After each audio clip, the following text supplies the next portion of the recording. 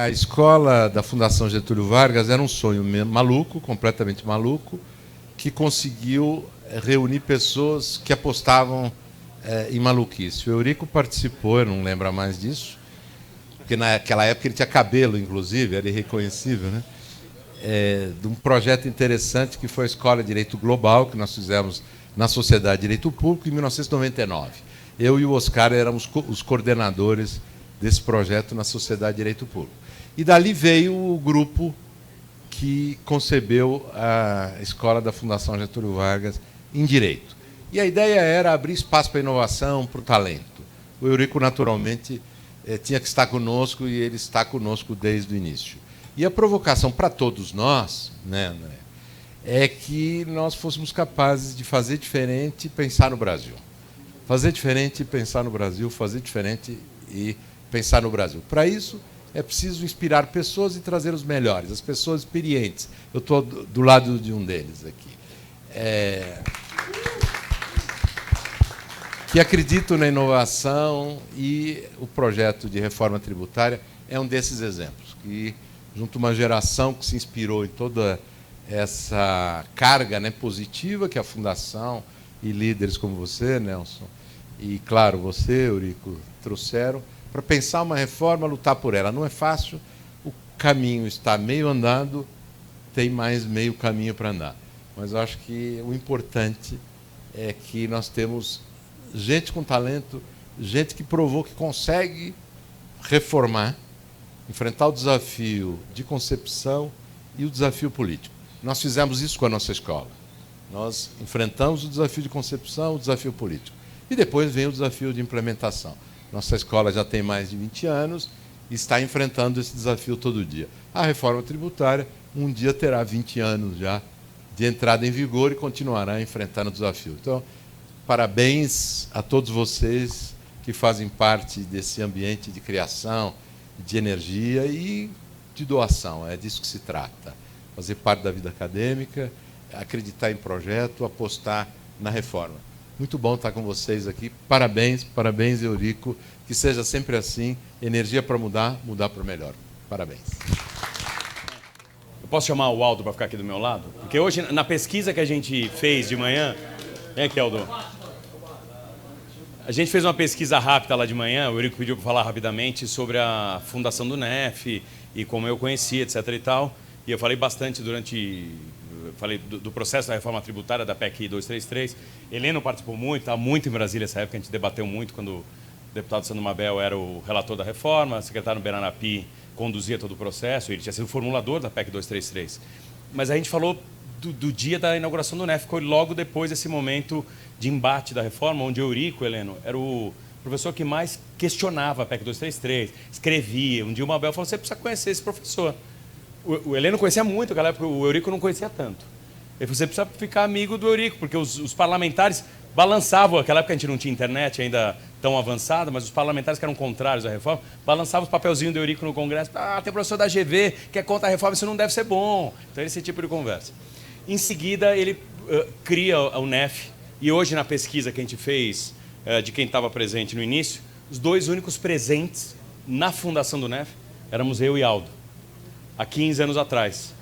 Eurico, vocês viram a fala dele aqui, a discussão era uma sala toda cheia de coisas escritas na parede, era diferente, tinha um palco em que todos poderiam se expressar, etc. e tal, e ele falava muito da libertação dos escravos e libertação da Receita Federal. Hoje ele está todo amigo da Receita, tirou foto, eu vi aqui, está bem diferente o discurso. Mas mas ele tinha essas falas mais duras, viu, Mombelha? Faz parte. Mas o mais importante, o meu registro aqui, antes de passar a palavra ao Aldo, é demonstrar como funciona o Eurico. É um evento muito parecido com o que foi há 15 anos atrás, em que todos estavam juntos, todos trabalhando em coisas diferentes, representando coisas diferentes, mas podendo expressar suas ideias, demonstrar os caminhos que o Brasil poderia seguir. A gente falou muito sobre o momento que a gente vivia naquela época, o que a gente poderia construir, e esses anos todos foram anos de construção. Não é por outra razão que ele conseguiu colocar tanta gente em volta desse projeto, etc. e tal, e a gente chegou onde chegou. Não é à toa, esse sempre foi o espírito da fundação do NEF, e eu vejo esse mesmo espírito hoje foi isso durante o dia inteiro hoje, foi um dia muito especial, e ele está se concluindo hoje com esse jantar, com esse happy hour especial em que todos estão aqui. Então, Eurico, eu queria mais uma vez celebrar 15 anos de fundação do NEF. No fundo, é a construção de um ambiente de diálogo.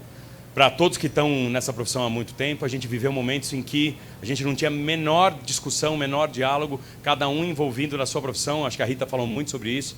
Procuradoria falava com Procuradoria, Receita com Receita, Receita Estadual com Receita Estadual, os advogados entre si, os acadêmicos entre si. E o Eurico criou um ambiente de confiança em que todos se sentiam tranquilos para debater esse assunto, encontrar sempre o meio termo em todos os debates, que a gente sempre concorda e discorda de algumas coisas, e não é por outra razão que a gente conseguiu enxergar uma construção de um projeto importante que culminou na aprovação da reforma e agora no debate da regulamentação. Então, queria agradecer a todos vocês pela presença e, na verdade, celebrar 15 anos de NEF, que é o importante. Aldo. Muito legal, muito bom estar aqui, né? Estava de manhã lá no evento do NEF e agora aqui com vocês, né, nesse coquetel para celebrar esse momento. E como eu falei de manhã, eu acho que a parte acadêmica, né, trazendo isso para a experiência acadêmica, acho que foi muito importante aquele evento e o lançamento das premissas do NEF, porque a gente estava muito acostumado com uma pesquisa no direito voltada para a leitura de textos, né, uma pesquisa dogmática que olhava para uma discussão, uma análise descritiva de um objeto que já estava posto, né? E a partir dessa análise a gente ficava preso, né, na sua paixão, na sua perspectiva, enfim. E aí o NEF acho que tem um papel revolucionário dentro da pesquisa jurídica e até acho que dessa construção de construção e um novo trabalho, um novo papel do advogado, um novo papel do estudioso do direito, do procurador, enfim, de todo mundo que lida com o direito, de olhar para o problema a partir de uma perspectiva também multissetorial ou multidisciplinar, né? Então, o API estava lá junto, o Nelson Machado junto, Isaías Coelho, e a gente sentava, né, advogados, procuradores, representantes dos estados, dos municípios, e todo mundo discutindo de uma forma aberta, de uma forma, né, totalmente comprometida com um entendimento do problema, né? E aí era muito interessante quando o API chegava e trazia um dado econômico e desmontava a argumentação, né? Ele falava uma coisa e falava assim, cara, mas... não, mas olha, tem aqui o princípio, não sei o que. Ele falou, não, mas isso, a neutralidade do tributo não é para isso. O tributo tem que ser neutro, né? Não pode interferir nas escolhas econômicas, né? O Gustavo falando sobre não cumulatividade. Então, acho que essa experiência de abrir o olhar do direito para esse diálogo com as outras áreas foi transformador, e eu acho que é uma semente que floresceu nessa forma da gente discutir e analisar a partir do problema, né? E acho que isso casou muito bem com a proposta da escola, né? Acho que a Faculdade de Direito da Fundação Getúlio Vargas tem esse DNA. O Eurico trouxe isso para uma pesquisa empírica, ligou com o projeto, envolveu a academia, mexeu com todo mundo com essa facilidade que ele tem de agregar e de engajar as pessoas num propósito comum, que é mudar o Brasil, né, Eurico? Então, prazer estar aqui, muito bom participar desses 15 anos. Espero que os próximos 15 anos sejam mais tranquilos para a gente, né? Que a gente tenha. Valeu. Eu acho que o momento que nós todos estamos vivenciando é único no direito tributário brasileiro. E é único porque eu acredito muito em homenagens a quem merece. A gente nos acostumamos muito a um modelo de reverências, muitas vezes formais, né? Mas esse é um trabalho, eu tenho dito isso muito ao Eurico, que eu admiro demais o desprendimento, o foco e energia que vocês todos colocaram nesse projeto. Eu participei muito pouco, logicamente, posso deixar claro, todos sabem disso, né? Exerci sempre um papel não de crítica ao modelo que estava sendo desenvolvido. Né? Sempre disse ao Eurico, ao Bernardo Api, que eu acreditava muito em todos os princípios e todos os critérios que estavam sendo postos, mas eu só achava que a Constituição deveria ser preservada ao máximo que possível e que todo o texto deveria estar em lei complementar. Mas, como eu disse ao Eurico, ele disse que eu fui o primeiro que liguei para ele quando foi aprovado o texto, e é verdade, essa reforma tributária, ela funda um novo modelo de pensar o direito tributário brasileiro. E é exatamente, talvez aqui esse encontro seja revelador de tudo isso. Né? Se eu pedir agora, né, levante a mão, por favor, quem é do setor público aqui. Né? Setor público também, os aposentados, a advogada pública, veja. Né? Da tecnologia, quem está ligado à tecnologia. Olha aí, está vendo? E os advogados, que nós temos aqui vários, né? Mas também temos que lembrar. Veja, é uma construção que absolutamente une público e privado. E lógico que isso tem um sentido e um valor em si, Eurico, que é muito maior do que vaidades pessoais, que é uma construção por um Brasil melhor. Então, nesse ponto, eu acho que aqui a referência é imprescindível que todos tenham essa consciência, e eu disse há pouco, a Lina, recentemente, no encontro que tivemos, que todos tenham a consciência do papel que exerceram. Né? Cada um exerceu um grande papel público. Esse papel público é o papel que nós temos, como cidadãos, que exercer diuturnamente, de compromisso com o futuro do Brasil. Né? Nós temos esse compromisso permanentemente. O direito financeiro, e eu, na condição de titular de direito financeiro, converso muito com o Paulo Aires, direito financeiro, ele nos permite uma visão de conjunto, uma visão de mundo, onde o tributo é parte de uma atividade financeira do Estado que tem que permanentemente vir conectada com as despesas públicas. E o Brasil olha para um futuro com muitas demandas de desigualdades regionais, desigualdades sociais severas, que só poderão ser superadas se a arrecadação for suficiente. Se a arrecadação não atingir os seus propósitos, nós nunca chegaremos a esse resultado. E hoje nós temos uma assimetria federativa gravíssima, nós temos concorrência baseada exclusivamente em tributos, em decisões judiciais sobre tributos, e isso não pode mais prosperar. Né? Nós precisamos ter esse compromisso, eu sempre tive. Acho que eu tenho muito orgulho de olhar para todos vocês e dizer que a grande contribuição que foi feita a esse país, por essas mãos, pelo trabalho incansável do Bernardo Api, junto com o Eurico no NEF, com o Nelson Machado, com todos que aqui contribuíram, Gustavo, tantos que estiveram desde o início nessa grande caminhada, não é? Merece realmente encômios. Hoje, nós não podemos pensar que essa reforma tributária seria possível sem vocês. O trabalho que foi feito nos leva a crer que teremos um sistema tributário totalmente novo.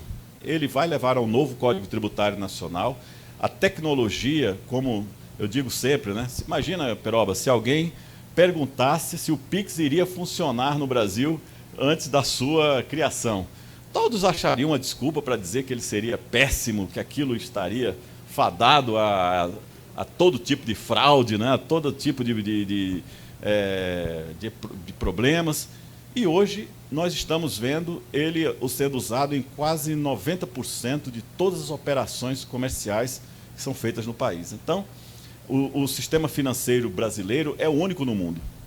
Nós teremos certamente um sistema tributário também único no mundo em matéria de tributação de consumo, graças a esses processos tecnológicos do nosso sistema financeiro. Mas vejam que, Eurico, nós temos uma outra virtude em todo esse processo, que é essa união entre universidade, setor privado e setor público. Isso mostra o quanto as empresas podem contar com a academia pode contar com o setor privado e também com as experiências do setor público. Tostes, eu tenho um orgulho enorme quando eu olho para esse grupo e vejo Nelson Machado, Isaías Coelho e você envolvidos nesse projeto, porque era a geração que aparentemente poderia estar em casa, preocupado com, não é, outros afazeres, né? Afinal de contas, deram suas contribuições ao setor público e se voltam para a construção de um instrumento tão valioso quanto esse, porque sem as suas experiências, os seus contatos, as atividades que exerceram no exterior, certamente esse grupo e essas experiências não teria sido possível. Não é? Então veja que, além de tudo, é um encontro de gerações, Eurico. Por meio de um encontro de gerações, de empresas, setor público, setor privado, chegamos ao resultado que temos hoje. Por isso eu acho que o desafio não é pequeno, né? O desafio começa agora. Eu dizia sempre a Eurico, eu digo, olha, a atividade de lawmaker termina quando você entrega o texto ao Congresso Nacional. Daí por diante, sabe Deus o que virá. Então fique longe dele, porque os erros que possam ser cometidos não serão seus, né? Mas é isso mesmo, vocês todos são lawmakers desse grande processo, mas a decisão política, essa será tomada com acertos e desacertos. Vejam, talvez ninguém aqui quisesse os regimes especiais, ninguém quisesse as isenções, mas elas estão postas e agora temos que trabalhar com elas, não é? E que não vão desmerecer em nada o sistema que daí surge. Portanto, eu já vou longe demais, mas eu acho que, enfim, eu acho que ver que essa reforma tributária cria, de fato, um novo sistema tributário para o Brasil, que irá impactar imposto sobre a renda, contribuições e tantas outras fontes de receita. E também refunda o federalismo brasileiro. Nós veremos um novo federalismo daqui para frente. Um novo Norte, um novo Nordeste, um novo Centro-Oeste, com a tributação do destino. E, claro, temos que ter a responsabilidade fiscal de acompanhar tudo isso com muita atenção para que o comitê gestor promova, né, necessariamente as questões técnicas necessárias. Por isso, longe de mim, né, me colocar aqui como parte desse processo, mas, ao contrário, de reconhecer, como professor de universidade pública e mais ainda de direito financeiro, a importância e o valor desse trabalho que vocês realizaram. Portanto, parabéns a todos e a todas. Bom, pessoal, boa noite. Fiquei completamente surpreendido aqui, muito feliz. Esse é um encontro de um grupo vitorioso, um grupo que fez, talvez de maneira inédita, uma transformação radical, não apenas no direito brasileiro, mas no direito do mundo. E tem alguns elementos que são muito importantes. Eu fiz meu pós-doutorado na Alemanha, e na Alemanha a gente estudava um pouco como as novas mídias transformaram a maneira de você entender e participar da transformação do direito. Então, algo que é muito próprio do Eurico, que eu conheço desde que cheguei em São Paulo, desde antes de chegar em São Paulo, assim como Heleno, foi a sensibilidade para perceber que, desde que você consiga agregar grandes porções da sociedade brasileira, você será capaz de fazer transformações muito relevantes. Então, construir um discurso. Primeiro, entender o momento que se vivia. Depois, construir um discurso que fosse suficientemente compreensível por enormes parcelas da população brasileira, era algo absolutamente brilhante. Então, independente de críticas que eventualmente se possa ter do ponto de vista técnico a respeito de um ponto ou de outro, o que está em jogo aqui não é esse ou aquele aspecto da base de cálculo, da hipótese de incidência, da alíquota do IBS, do CBS. Eu utilizei uma estrofe num livro que eu coordenei no final da minha faculdade. O Eurico gosta, de tempos em tempos, um fala para o outro, né? Coragem contém genialidade, poder e magia. Qualquer coisa que você possa achar que você tem a capacidade de fazer, faça, porque o destino se move também. O que eu estou vendo aqui é a celebração de um destino que se moveu a partir de uma percepção de que era possível agir e transformar o Brasil. Então, a despeito de não ter feito parte desse grupo diretamente, ter trabalhado com outras questões, poder assistir isso e fazer parte dessa comemoração é algo absolutamente feliz para mim. E eu acho que isso aqui é também um pedaço de história acontecendo. Então, e quando eu olho para Gustavo Amaral, Aldo, Paulo Aires, Eurico, Heleno, Charles e uma série de outras pessoas que eu conheço desde o século passado, ver vocês aqui como protagonistas desse movimento, Alcoforado, Mombelli, meu colega de feste, e muitos outros, gente que a gente conhece há muito tempo, é motivo de celebração. Então, essa percepção parece que é absolutamente genial, e o que está sendo construído é construído coletivamente. O que eu disse, fruto da minha estada agora, essa sim, na Universidade de Harvard, como assistente do professor Mangabeira, ele falou: Tássio, para quem trabalha com as ciências sociais, a maior aspiração de uma pessoa é transformar a realidade, porque o futuro não tem projeto para a gente. É obrigação do futuro ser incerto. E a maneira de você tratar com algo que é necessariamente incerto é sendo protagonista da sua ação. Entendeu? E o que eu acabo observando é que quando você não assume o seu papel de protagonista na ação, só lhe resta reclamar. Se você não é sujeito do seu destino, você é objeto do destino construído por outro. Então, o que eu observo, Eurico, é que você decidiu e contagiou um grupo de pessoas para serem sujeitos da própria ação, beneficiando enormes parcelas da população brasileira. Vocês realizaram, transformaram, com isso fizeram história. Para mim é uma alegria, um privilégio estar aqui vendo de perto isso, e em breve comemorando em Trancoso um congresso cujo título é O Novo Sistema Tributário Brasileiro. Parabéns a vocês. Bom, já falamos muito, mas acho que vale lembrar aqui meu envolvimento com o NEF, do qual eu muito me orgulho e fui testemunha do crescimento, do surgimento da PEC 45. Eu já conhecia, por óbvio, o professor Eurico, dos congressos do IBET, mas me aproximei dele em 2013, quando, inclusive, ele me apresentou o Paulo Aires. Eu estava ali, tinha passado no mestrado da USP, estava correndo atrás de um orientador, e assim conheci o Paulo e fui ser aluna especial da disciplina do Paulo lá na USP. E aí eu lembro um dia que eu estava indo embora, a gente se encontrou no portão e a gente teve algum comentário sobre o Eurico. Eu falei: poxa, ele acha que ele vai mudar o Brasil, ele é meio doido, né, Paulo? Aí o Paulo: mas você não sabe, pior que ele consegue. Tudo que ele quer, ele consegue. Eu ainda estava tentando sacar qual era. E aí fui sua monitora na graduação, naquelas oficinas de overruling, que foi também super edificante, meu primeiro contato ali com a docência. Assim, ele me convenceu a fazer também o mestrado na GV. E lá, logo de início, primeiro através do CECIF, e logo quando eu me tornei pesquisadora do CECIF, logo depois do NEF, eu vi também todo esse amadurecimento e todas essas discussões nascendo ali na mesa.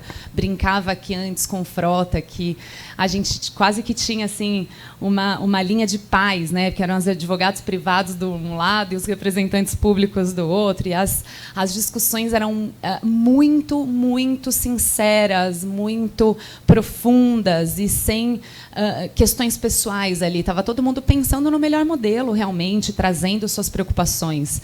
E aí o NEF, que começou com aquela bandeira da transparência, trazendo o ICAT para fazer toda a medição a respeito da transparência dos órgãos públicos na publicação dos seus atos, né, de aplicação do direito, da legalidade concreta, ele foi aí se tornando realmente o berço da reforma tributária do Brasil, né? E nós falávamos ainda com muita esperança, talvez pautados em Dom Quixote e tantos outros poemas que nos inspiraram nesse caminho, mas a gente tinha essa vontade de mudar o Brasil, né? A gente foi realmente picado por esse bichinho do Eurico, de que do jeito que está não está bom. E o que faremos com o que não está bom? A gente vai continuar estudando e ensinando um sistema falido, um sistema irracional, né? Um sistema que não tem aplicabilidade positiva, que só traz problema, ou a gente vai mudar isso? Era tão óbvio, mas, ao mesmo tempo, éramos ali um grupo que muitas vezes remamos contra uma maré. Então, todos nós sentimos durante todos esses anos o que foi sermos vozes isoladas nesse debate jurídico. Então, demandou realmente muito esforço, muito estudo para que todos nós estivéssemos muito firmes a respeito das nossas posições técnicas e dos nossos objetivos, porque qualquer vacilada, né, as rasteiras que a gente recebia no caminho, a gente teria desistido ou caído, ou enfim, porque foram altos e baixos, né? A gente teve ali momentos em que a PEC esteve prestes a ser aprovada, depois por questões políticas ela voltou, enfim, muitas incertezas no caminho que não demandavam só a questão técnica, né? E assim resistimos e chegamos a esse momento que realmente é muito edificante. Acho que é um momento em que todos esses esforços demonstram que tudo valeu a pena, né? O professor Isaías me ensinou muito nessa, o mestre do meu mestre, né? Me ensinou muito nessa jornada, e ele é um homem de poucas palavras, né? Com toda aquela simplicidade e, ao mesmo tempo, aquele conhecimento tão grande, mas ele fala em pouco. E eu lembro que uma vez ele me trouxe uma passagem de Yuval Harari, que eu até coloco na minha dissertação, de que a humanidade ela sempre resistiu às mudanças, por melhores que fossem. Né? Por mais, olha, não, mas vai ser melhor, mas é desconhecido, e o desconhecido causa medo. Né? Então, o professor Isaías, nessa sabedoria dele, ele falou, é normal, Lina, o desconhecido causa medo, você vai tomar porrada mesmo. Né? Mas vá adiante. E, recentemente, a gente teve o prazer de ver o lançamento do livro do Eugênio Butti, lá na Praia da Feiticeira, na casa do professor Tércio, filósofo de todos nós, em que ele traz um ensaio sobre a incerteza.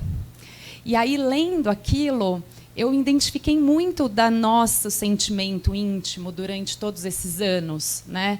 Em que o que nos fez andar para frente foi a dúvida, foi a pergunta. O que faz um cientista andar para frente é a dúvida, é ter uma pergunta para encontrar uma resposta. Né? Você não tem a resposta pronta. A gente ainda não tem a lei complementar pronta. Não tem algo posto. Mas a gente tem a pergunta. A gente tem o objeto de pergunta. A gente tem o objeto de pesquisa. E foi com base nessa pergunta, nesse objetivo, que, enfim, caminhamos, estamos aqui agora num momento realmente muito feliz, muito histórico. Eu me sinto muito privilegiada de ter feito parte disso, tão próxima a você, Eurico, tão ali do seu ladinho, muito edificante, e, principalmente, além de você, ter tido o privilégio de conviver com essas pessoas. Eu os conheci todos através do NEF. Né? Aprendi muito com Tostes, com Frota. Nossa, o que o Frota me ensinou de CMS, eu com alguma pretensão de achar que eu sabia um pouquinho de indiretos, toda vez eu falava, nossa, eu não tinha pensado nisso. E assim foi, com os advogados privados, todas as preocupações que também vinham, muitas vezes, das empresas, preocupações legítimas. Isso foi edificando e foi fazendo com que a gente chegasse ali numa reforma possível. E é muito curioso também, porque hoje eu vejo que muitas das demandas elas se pautam na PEC 45 original. Se tivesse passado original, a gente não estaria tendo um monte de problema que a gente tem hoje. Então, o mundo dá voltas, capota, né? E somos todos testemunha disso. Mas eu agradeço muito, Eurico, por você ter iluminado o nosso caminho em toda essa trajetória, por ter reunido mentes brilhantes realmente. E sou muito grata por conhecê-los todos e a gente ter conseguido chegar onde a gente chegou. Obrigada. E parabéns. Viva o NEF. Viva o NEF. Pelos próximos 15. Que seja eterno.